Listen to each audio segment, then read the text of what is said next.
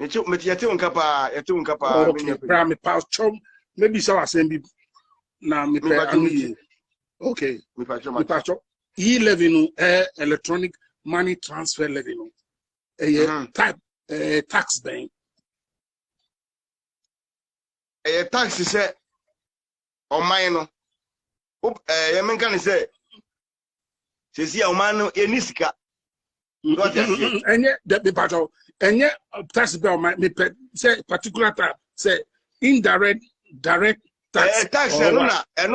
straight no na eri be development akwan. Sa na wo ye o ma church ni ndam dida. Ye de be akwan. Baby electricity ni rules ni events ensure adi na no bi na ye be display na enu abi nso na ye be bobo abesia a school for no omo we university ni ade na omo be school ni ade no omo be ti part ni bi dia bon abesia omo lanche ho kra ni no makeka at the same time no e ma na di dwa ni ade no enu bi na omo be de to bank a omo ni be support to a different kete no the same sika ni bia omo arrange ni na sa na omo hihye ni na okay be ko akabeko okay well, okay. Before the year 11, you know, government, you know, echo bond market and echo G bonds, or G over 250 billion Ghana cedis equivalent of the dollar. But just as you can, and then putting in a government in the year before the year. Ghana, no, and you're Ghana come, me Ghana anytime be me pay. Maybe bisa o si dia na this is me ba cho me ba which is ma me cheche obi say I am be railways no wa hu ye railways akwan wa hu na hu ye unyi ni railways bank enter me cheche o say me bisa o say railways bank from Mpakadan railway construction project na oh we ye penny me srew ani die me bisa o me say Mpakadan dia na akosomo dia na Mpakadam mini ai me say Mpakadan ye krodin e wakosomo wakosomo from tamatu wakosomo railway line na chena na oh God of Israel mumu pani voice pa mutimi kese ya minya penny tie me minya penny sika no me be kese uso de ye den me be ka no man so afa de wo say railway here empaka bra when you talk we share ideas and intellectual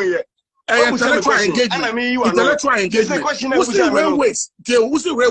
and I mean this I say railways in railways kwa omo ye Ghana no 360 kilometers a road no omo ye no railways here road and from Accra to Tamale no omo ye no omo say wu ye Accra to Tamale railway na wo Accra to Tamale railway wu ye Accra railway na wo say wu ye tie mami ka cho bra what life I use omo say say wu ye munya di na mo ye ni hu bibia ni baby ti say mo say say me ba me wie Kumasi high events Kumasi international airport no o say o tell me say wu ye so I want ye Kumasi airport no one na start project no bibisa one na start project no oh o si sika no o de ye they was starting here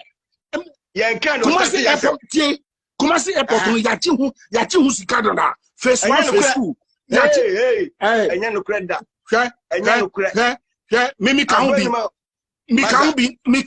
bi ena sika do ba ga ka hu bi na mo sika contract na mi ka hu bi na ga na international mami kan no Kumasi sukono wadin o sukono wajimi o ye pani hu nyansa ni utirim me ma won nyina so ma won nyime wajimi men fi obiem me ye pani de se won mi nyansa ka masa yenko ami ma okwa baba ofidie izo me da ase aye fami Felix ya ma hu odin pa okay media asema wuka no efa bi me ne wo ya adwen nenso efa bebre no me ne wo nya adwen Okay. Me ne onya adwen kyerɛ sɛ Ghana for account for ne bu baby say opani bɔne na ɔtena fie ma asedua se yɛden ɛfɔ sɛ kasa na me pa kyerɛ sɛ ɛyɛ MPP aban ba so 6 years ni ɛyɛ nsɔmkyerɛfoɔ ɛde scandals bebree aba aba beto dwa emu documents yɛde ne nyinaa aba beto dwa ɛyɛ president ɛna odi party MPP yanim sesi a nyɛ so ɔno kwa na MPP ne o bɔno na odi anim ɔno ɔyɛ papa no ɔnka hwee nkyerɛ nkwala na ɔmudi akyire no ɔmudi bɔne ɛhyɛ ne dim no ɔnka asɛm baako kora nkyerɛ publicly anaasɛ ayɛ reshuffle kora ne yɛyi wei afiri hanom because sɛ ade bɔne wei baa nti ne yɛyi wei afiri hanom ebi saa ɛnsii da ɛno nti ɛna ama party no ɔmo all the way from ministers all the way to district assemblies ɔmo di nkwasi asɛm ɛwɔ ne dim nanka media kaminim sɛ senka o starting na mamuo no ɛna eniema ayɛ starting yɛ akufodo ba so apɛ ɛna ɔyɛ den ɔyɛ o stop galamsey nyinaa ɛna ɔmo di call parliament ɛna ɔmo yɛ law sɛ parliament at gazette law no salon your friend HR 27 say ye chi galamsey obi odi excavator bi ye galamsey a ebeden ye be stizi near the district assembly na say ye the assembly court na di hwehwem na say enye se ukra enwoma say ukwai assassinate dia ma no enwoma oso a na ye stizi galamsey na ye the ma district assembly no ma yusu eye ya na kufuado anu ankasa emra wa parliament assemra no ankasa na bi atwo ne satron ase na so wakatre amafo se yentwa engu galamsey ni we ayasem papa opani a wankasa wa hyem me pacho mamre mo hansa mama 1 minute me pacho 1 minute okay me pacho omo ye mra no